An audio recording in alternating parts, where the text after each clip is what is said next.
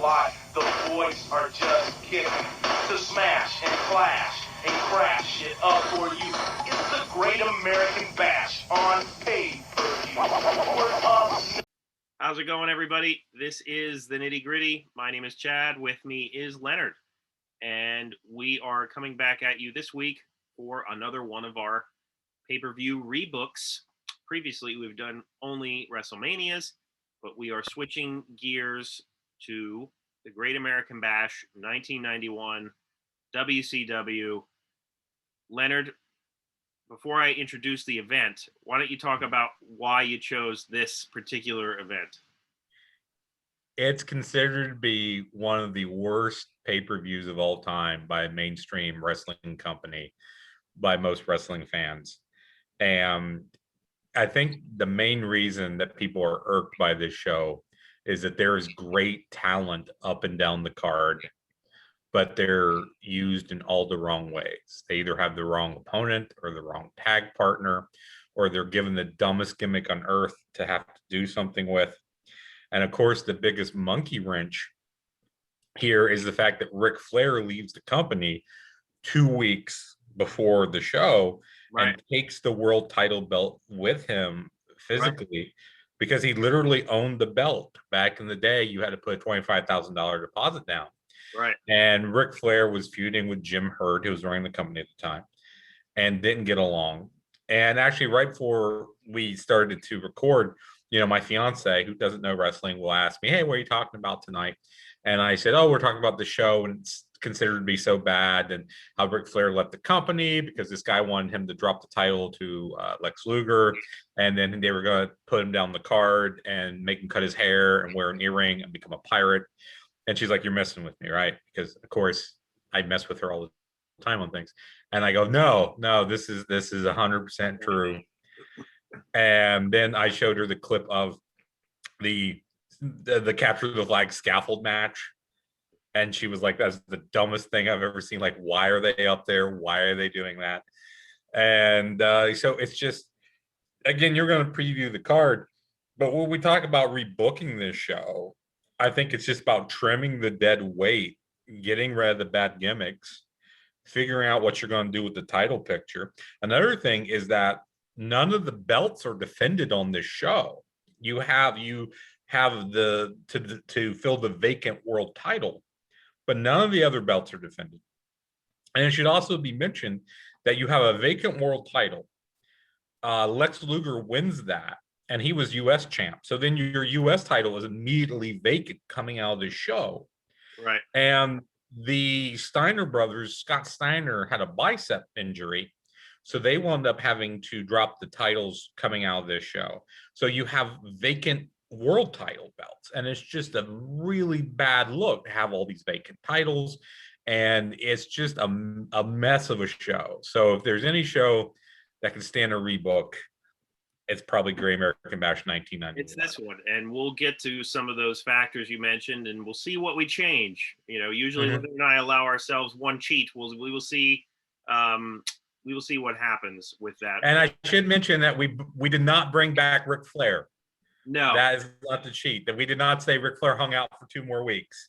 Yeah, we try to keep our rebooks within the realm of reality to a point. We might fudge something here or there, but we try to stay logical. We use sites that give us the exact roster on the exact day.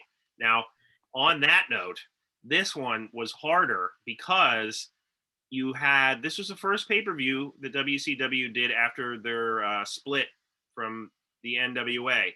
So you had people on this event that were not on the site, on the roster, according to the site we looked at. So you kind of I had to go to a couple different sites to really see okay, who all did they have? Who all do I want to use? That sort of thing. But we'll get to that. Let's preview the event first. This was the third Great American Bash. And as I said, it was the first one held by WCW since the split from the National Wrestling Alliance in January of 91. And the event took place July 14th, 1991 at the Baltimore Arena in Baltimore, Maryland. Leonard already talked about how Ric Flair had just quit. And the event had the following matches. The dark match was the Junkyard Dog defeating Black Bart. We had Pia News and Bobby Eaton defeating Steve Austin and Terrence Taylor with Lady Blossom in a Capture the Flag scaffold match. The Diamond Stud defeating Tom Zenk. Ron Simmons defeating Oz with Merlin the Wizard. Richard Morton with Alexandra York defeating Robert Gibson. We had Dustin Rhodes and the Young Pistols, which are Tracy Smothers and Steve Armstrong, defeating the Fabulous Freebirds. Jimmy Garvin, Michael Hayes, and Bad Street with Big Daddy Dink in an elimination match. We had the Yellow Dog defeating Johnny B. Bad with Theodore Long. Big Josh defeating Black Blood with Kevin Sullivan. El Gigante defeating One Man Gang with Kevin Sullivan. Nikita defeating Sting in a Russian chain match. Lex Luger defeating Barry Windham in a steel cage match for the vacant WCW World Heavyweight Championship. And Rick Steiner defeating Arn Anderson and Paulie Dangerously in a steel cage match. So that is the card we have. So Leonard, this card, I should say, has 12 matches on it. My card does not have 12 matches on it. I don't believe I have 12 either. I did book a dark match, which usually I don't, but I did book a dark match. And my dark match is the Hardliners of Dick Slater and Dick Murdoch versus the Desperados of Deadeye Dick and Black Bart with Dutch Mantel. Okay. So the Hardliners were lumberjacks in the lumberjack match, but they didn't wrestle on the card. And Black Bart wrestled in the dark match against JYD. But the Desperados, for those who don't remember, were a trio of bumbling cowboys, and they did these vignettes that looked like it was like one of those old West town, where you go in and they do like the fake gunfights and stuff. Like that's what it looked like. And they're looking for Stan Hansen. Like they want to hook up with Stan Hansen. Stan Hansen hated this idea, thought it was stupid, and he just left for Japan. So the Desperados just kind of floundered around until the end of the year, and they were used as jobbers and filler on house shows. But I think the characters match up. You got rednecks and cowboys, but all these guys are old school brawlers. So just let them go out there 5 to 7 minutes, have them brawl, and kind of get the crowd kind of juiced up with that fighting before you go to the main show. Well, that's a good dark match. This is the first time I don't have one. So, Leonard, why don't you go ahead with your first match? First match of the show, shifting gears from a brawl to a high-flying encounter. I have Freebird Bad Street with Big Daddy Dink versus Flying Brian Pillman. So Pillman was the Yellow Dog underneath a mask. It's a dumb gimmick. Yeah. So I'm taking the mask off of Brian Pillman. Now Bad Street was Brad Armstrong. Great worker. I've heard many people, including Jim Cornette, say he's like probably one of the best workers to never really ever get over, but a fantastic worker in the ring. And to keep the heel face dynamic, that's why I'm going to keep him under the mask as Bad Street and not have him be Brad Armstrong. But again, high flying opener that helps to excite the crowd. Having a lot of people do the cruiserweight matches to start the thing. So you start with a brawl in my dark match. You come back with a high-paced, high-flying match. I would certainly put Pillman over in this. And I did mention, but I would put the Hardliners over in the dark match as well. All right. Well, yeah, that would be a good one. So I have opening my card. I have Stunning Steve Austin with Lady Blossom versus Bobby Eaton in a 2 out of 3 falls match for the TV title. And this match likely happened later on. I know they had a feud, these two. I say put it here, have them open it. WCW prided itself on having, the better wrestling matches at this time. And what better way to illustrate that right off the bat than with these two? Steve Austin was a much different wrestler at this point. Bobby Eaton is one of the best in terms of in-ring work. And you would have a great showing here between these two guys. And I would probably have Stunning Steve go over here. Yeah, that's a great, good matchup. Best workers. I think both those guys could work a 2 out of 3 fall in this match very, very well. So I like that. My next match is a Russian chain match, Nikita Koloff versus Big Josh. So Koloff is mad about not getting Sting, and we'll get into why he's not getting Sting a little bit later, as promised. So he makes an open challenge. He said, hey, someone from the back, you come out here, and Nikita's gonna whip you with this chain, because I gotta get my frustrations out on somebody.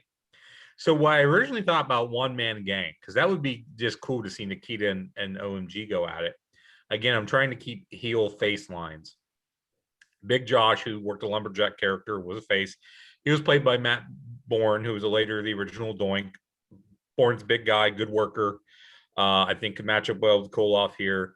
But I would just make this a brutal squash to get Koloff over and to position him for a future title shot.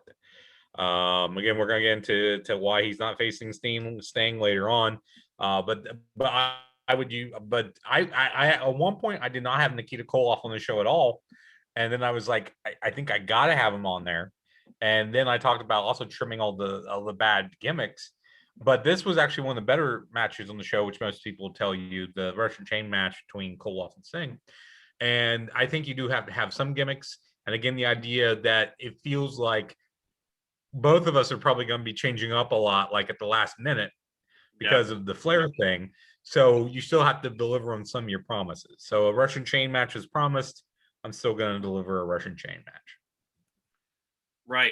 Well, we'll get to mine a little bit later. We had the similar idea. My second match, I actually liked what you did with Brian Pillman just taking the mask off.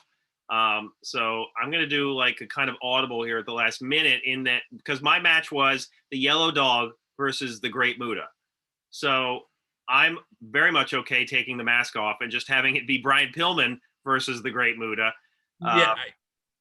It was a stupid gimmick. Nobody cared about it. And, Brian Pillman was great in the ring. He didn't need the mask, he didn't need the gimmick, but the angle. Yeah. So this would be a great match. The Great Muta is one of those characters that, Jim Ross has talked about a lot on his podcast, who should have been world champ. And he apparently pitched it, but nobody wanted to have it. I think these guys could have a really great match. You have two really distinct styles. We have more of a Japanese style wrestling because, high flying. I think that they could really bring the house down. So that's my number 2. Definitely. No, I didn't use Muta because he wasn't on the original show. I did find some lists that said he was with the company, and I know he was working with them at the time. But yeah, I mean, I'm probably remiss for not using Muta now. But yeah, that would be probably a good match. So my next bout up was going to be the Junkyard Dog versus Johnny B. Bad with Teddy Long. So not a great technical match, but both these guys had great over-the-top personalities, and I think that personality clash is your story here. Bad, who's played by Mark Marrow, was this little Richard parody character who was supposed to be about soul and jive and sort of that music and that persona and all this. And then you have JYD, who also has that sort of feel. And I think he would think that Bad was fake. He was a poser. Hey, I'm really from the streets. I'm really from that era and that music. You're not. And so, he would want to go against Johnny B. Bad. So this is just a personality thing. And since Dog was on his way down, Bad was on his way up, I would have Bad win via interference from Teddy Long. And then I would have JYD beat up Teddy Long after to get some of his heat back and the pop of the crowd. But again, I admit this wouldn't be a great match, but I think it would be a good personality.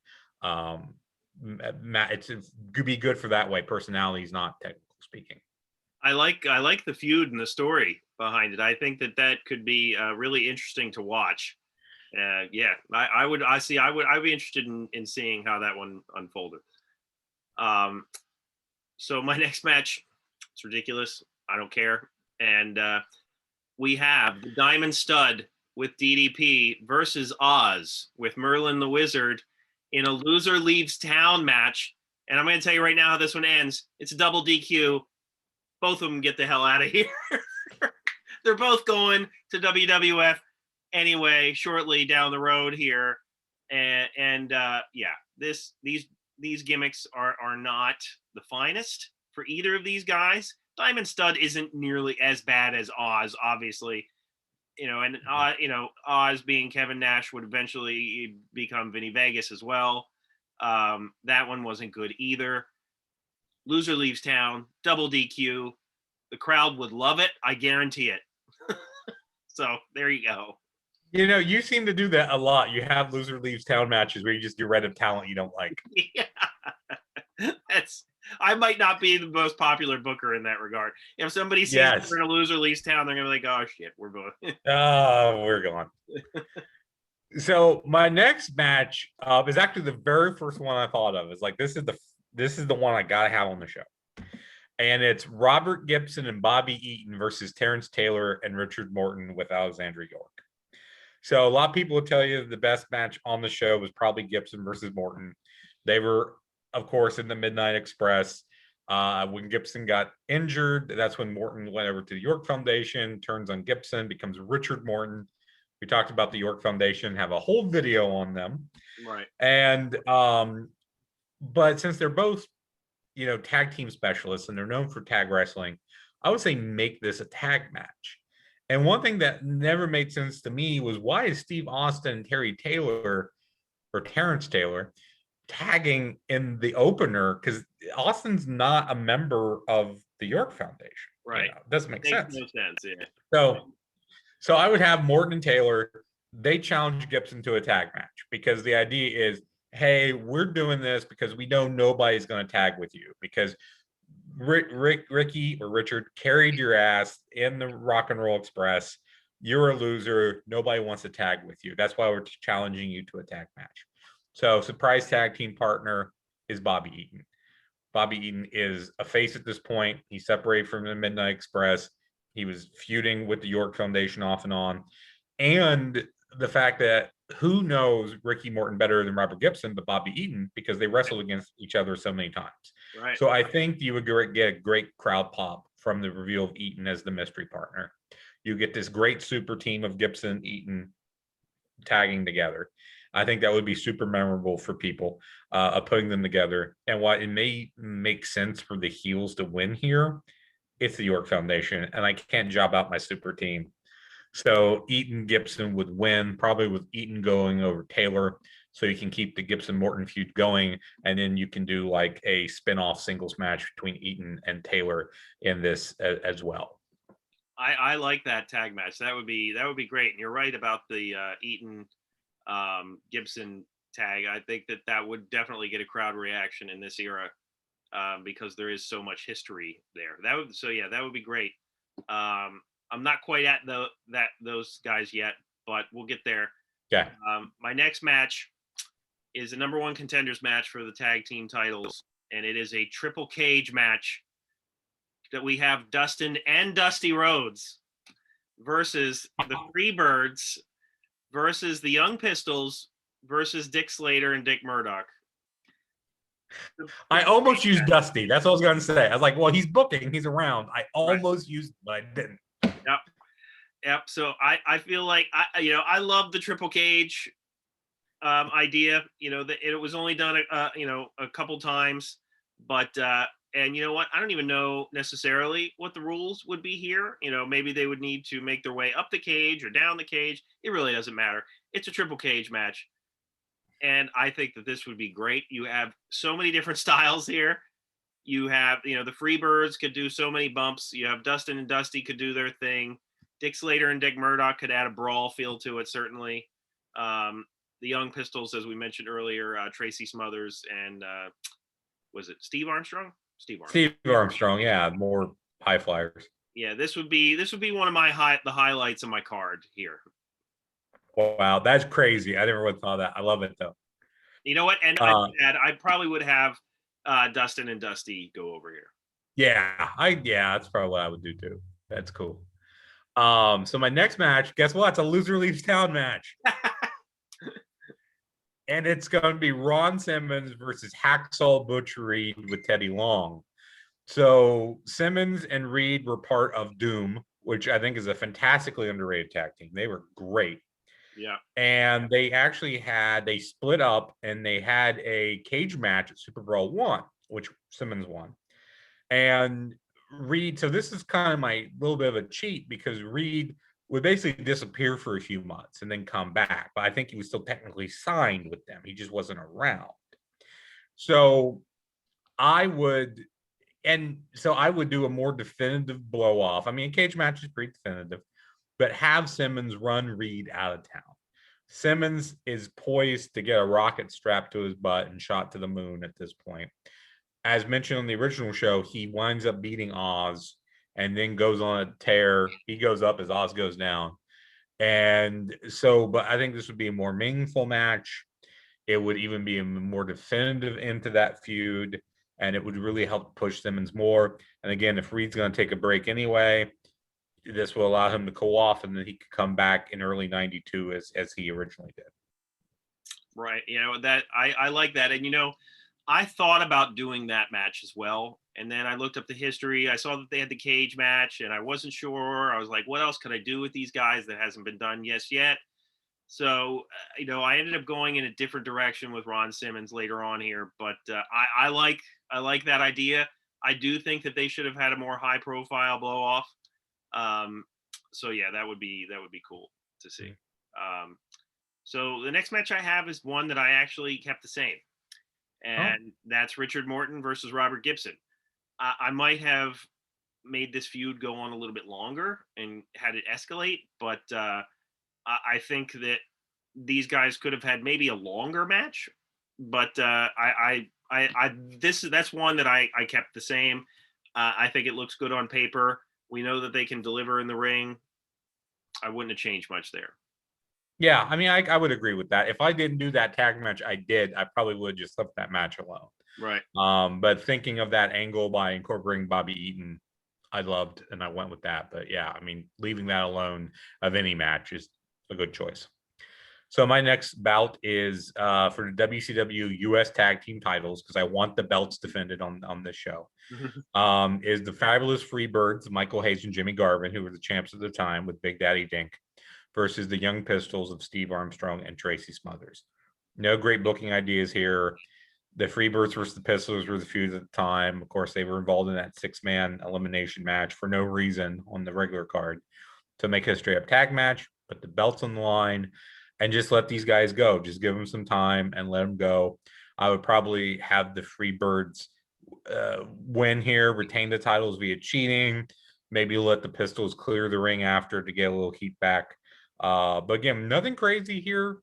I said to you before we came on the air, I don't think I liked this card as much as I liked the WrestleMania 1 and 2 cards that we did, because a lot of it here for me was just cleaning up the mess. Yeah. It was like, let's just do what makes sense. Right. And clean up the mess. So just a straight up US tag title match. I like that.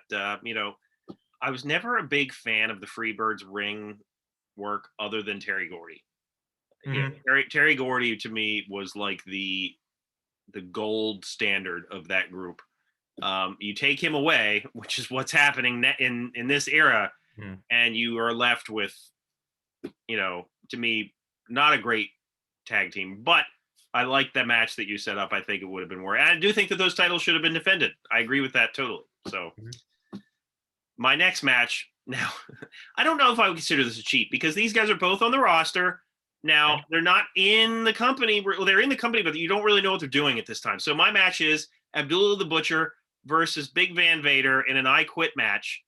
So okay, Vader was obviously doing some stuff in Japan, but at this specific time, I couldn't find any definitive like he was here doing this. So he needs to be on this card. That's what I say. Can you imagine the bloodshed that these two guys would have put into an I Quit match? It would have been great.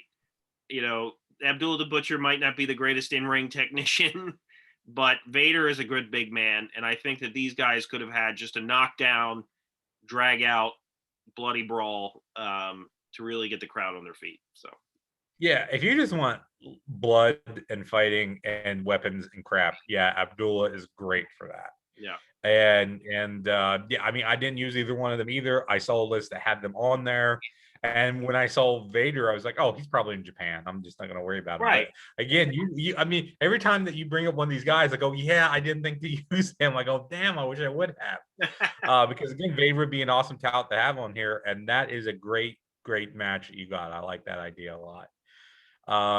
So back to me wanting titles defended. I've got the WCW television title. Champ stunning Steve Austin with Lady Blossom, who was his wife at the time, versus the natural Dustin Rhodes.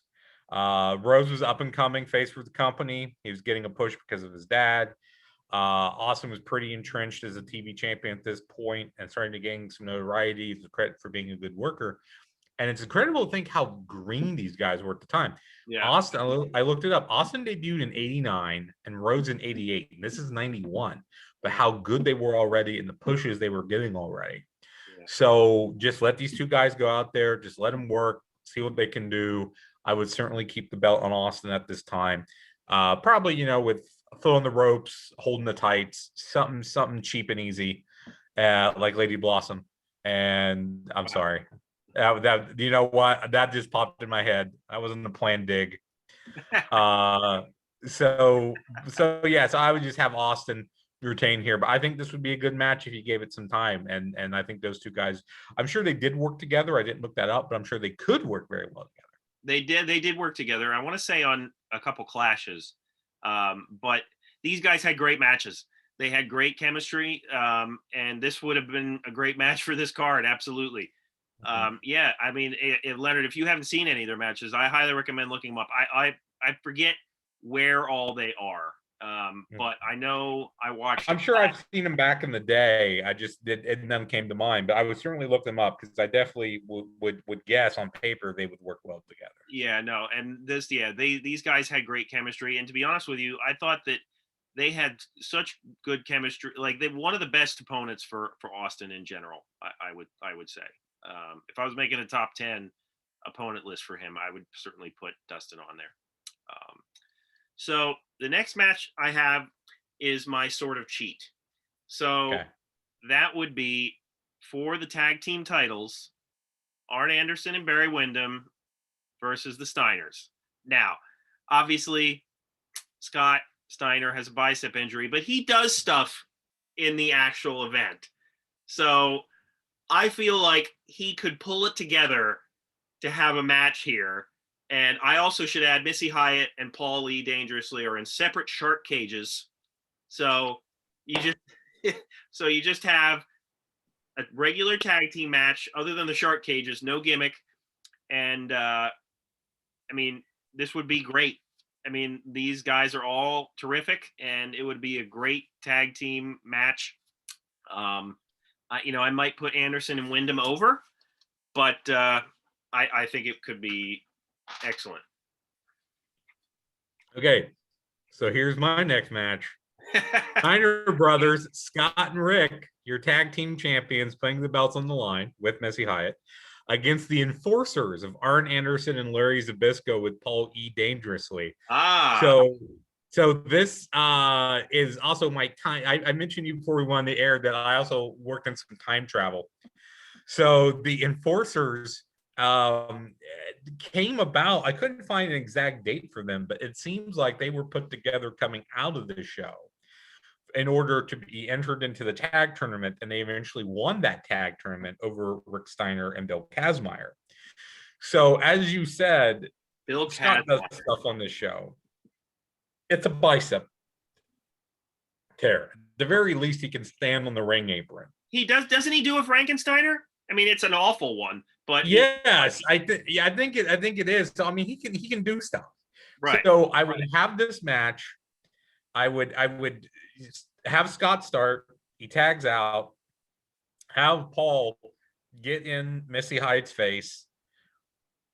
He slaps Missy, puts Missy down, and Scott would come over to help out, and then he gets attacked from behind by Larry Zbyszko or Arn, doesn't matter. And then so Scott's injured, Missy helps him to the back, and Rick is basically a 2-on-1 handicap match against the enforcers.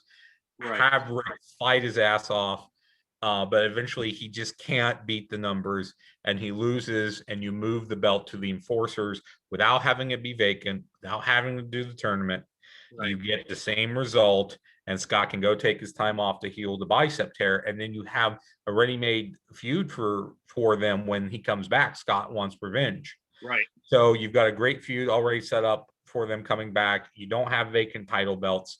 Again, you're putting the enforcers together early, but it seemed like if I'm doing it by like a week or two. Right. So, and again, like you, yeah, Scott can definitely work this match. Right. So I wouldn't even call that a cheat. I would just call it, working around the injury.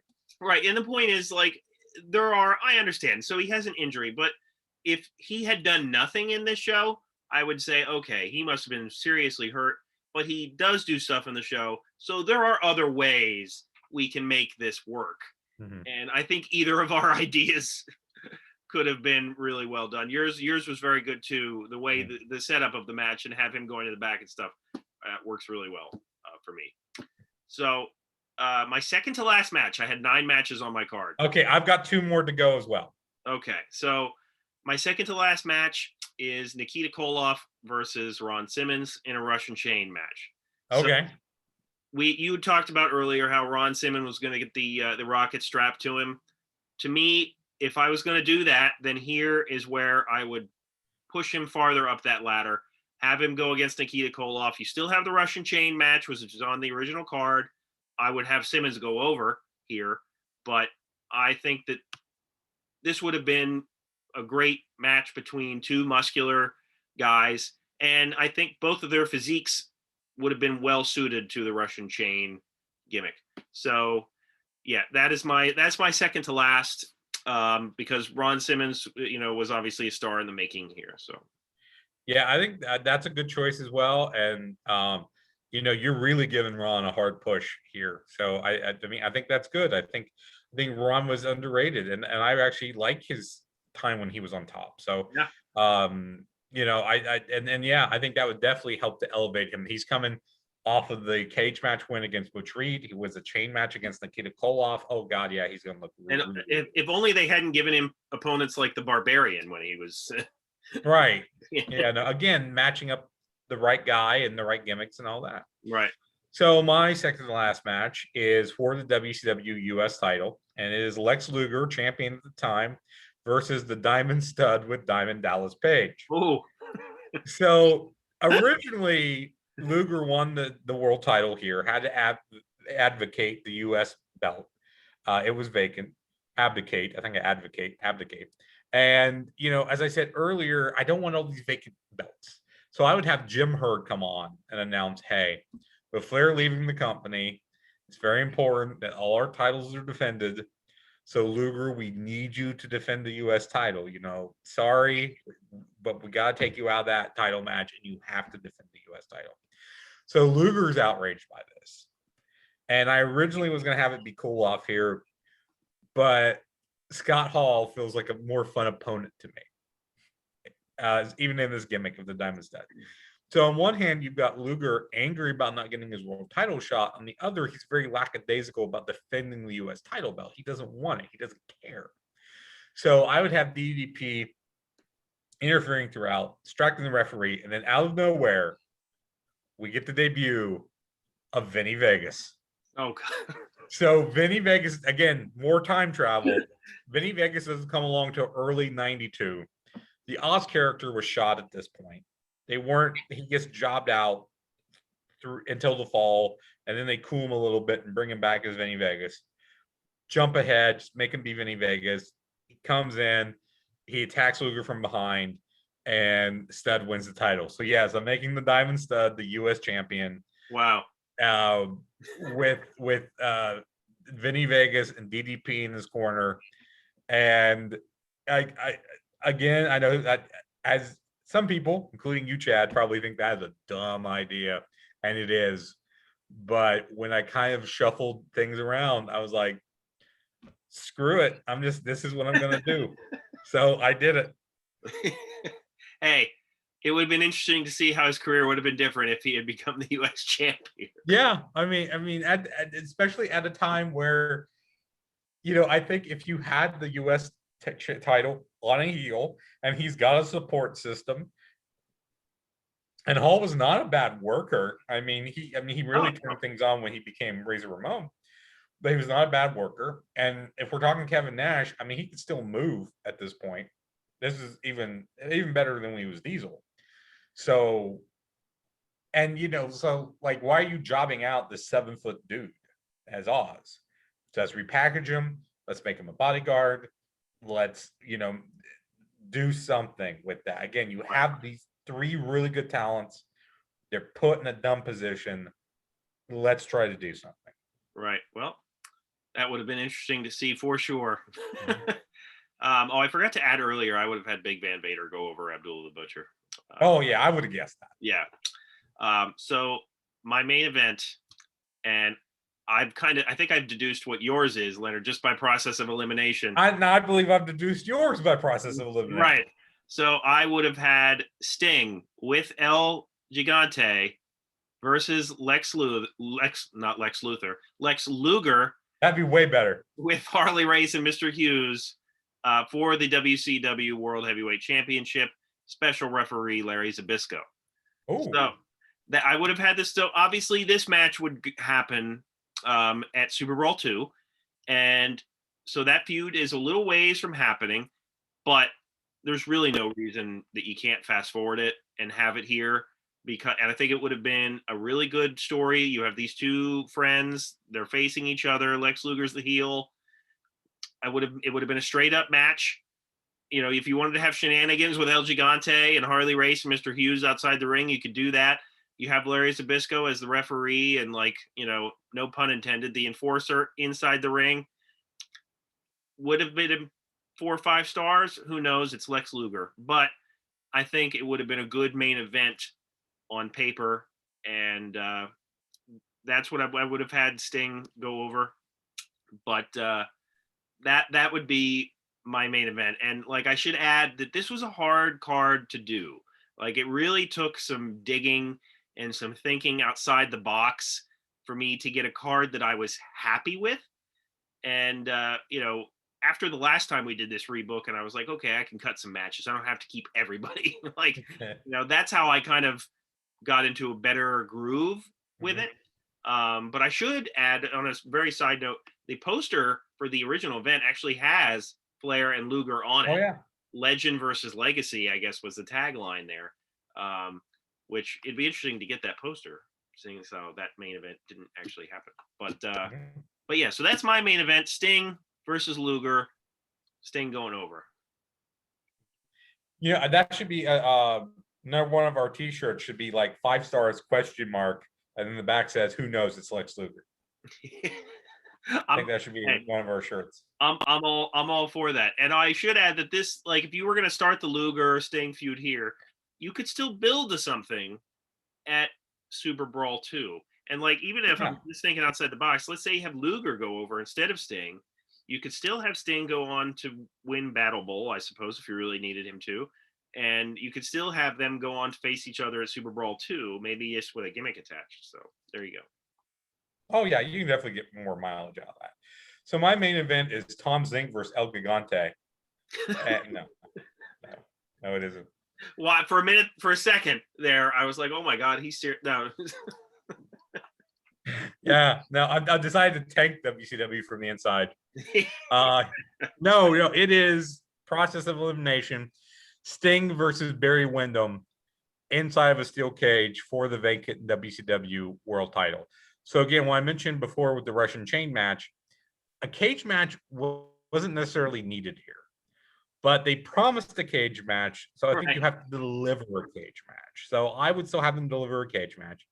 And my original idea here was actually to have a 4-man tournament. So to do Luger Windham, Sting Koloff, have those winners, Sting Luger, meet up in the main event. And then, I don't know, they felt a little more messy. It felt like adding too much in. So what I would do is just have Jim Herd say, "Hey, Luger, since you have to defend the U.S. title, since Flair's gone," and they had the rankings back in the day, and the rankings were just where they said they were. Right. So we say, well, then our next top 2 guys are Sting and Barry Windham, and that's going to be the match, and we promised a steel cage, and it's going to be a steel cage, and that's what you would do. So Both these guys were tremendous workers at the time. Barry Windham could work with anybody, one of the best workers at the time. Sting, this was before he blew out his knee, so he's greatly athletic, really good here. I think this could be a 4 or 5 star match if you just let them go, if they use the cage properly, which I know that they could. So I would have Sting win because he's your most popular wrestler, face of the company. And then I would have, say, Lex Luger come out and have him like get in the cage, and it looks like he's gonna like congratulate Sting, but then he beats Sting up. So you can still get that heel turn from Luger. So coming out of this event, you've got Koloff, who's upset as a possible contender, Windham in a rematch, Luger.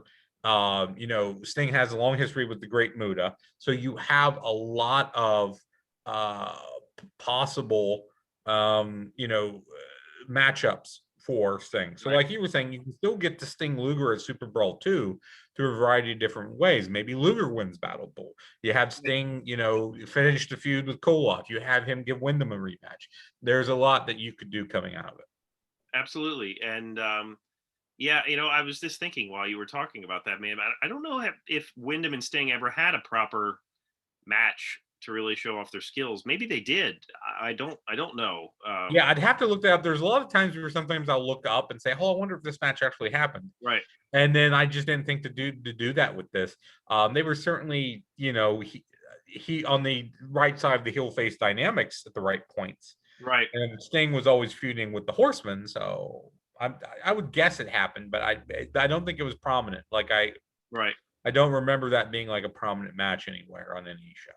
So I like both of our cards, Leonard. I think that we both came up with really good cards, and you know what? You gave me an idea in the back of my head for a future rebook when you mentioned the tournament idea, because that never even had occurred to me. But I'm going to put it in the back of my head for possibly a future event. Mm-hmm. But I think we both had really good cards. I think we both used the roster better, and I think we also planned ahead for the future really well. Which they didn't really do here. Like I guess they had Battle Bowl coming up. They had the Japan WCW show coming up on the horizon. Which was just kind of a blip. So there was a lot of weirdness going on in WCW in this era, which didn't help the fact that Flair was not there and showing up on WWF television with the world title belt, which you said he had a deposit for, and they give him the money back, and I don't blame him for not returning it. Why would you? But yeah. So, any final thoughts on this card? No, just everything you said is totally true, and the idea that we thought for the future, where their thought was, let's just get through this piece of crap. yeah. It's like, let's just do this. And again, hindsight's 2020. Let's form the enforcers early. Oh, Scott can work. Let's use him. There's a lot of things in hindsight that we did, I think. But at the same time, I think these are things that when you're internally on the ground, you could also say, well, let's make sure our titles are defended.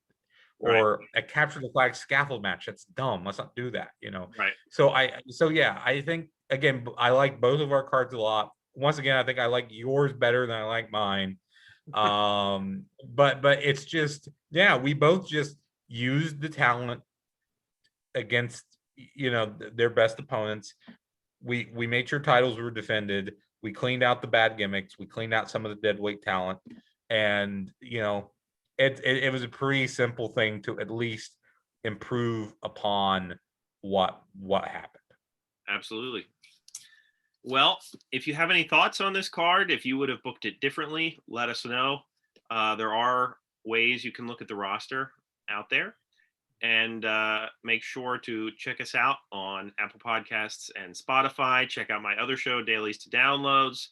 For Leonard, my name is Chad. Thank you for joining us, and we will see you next week.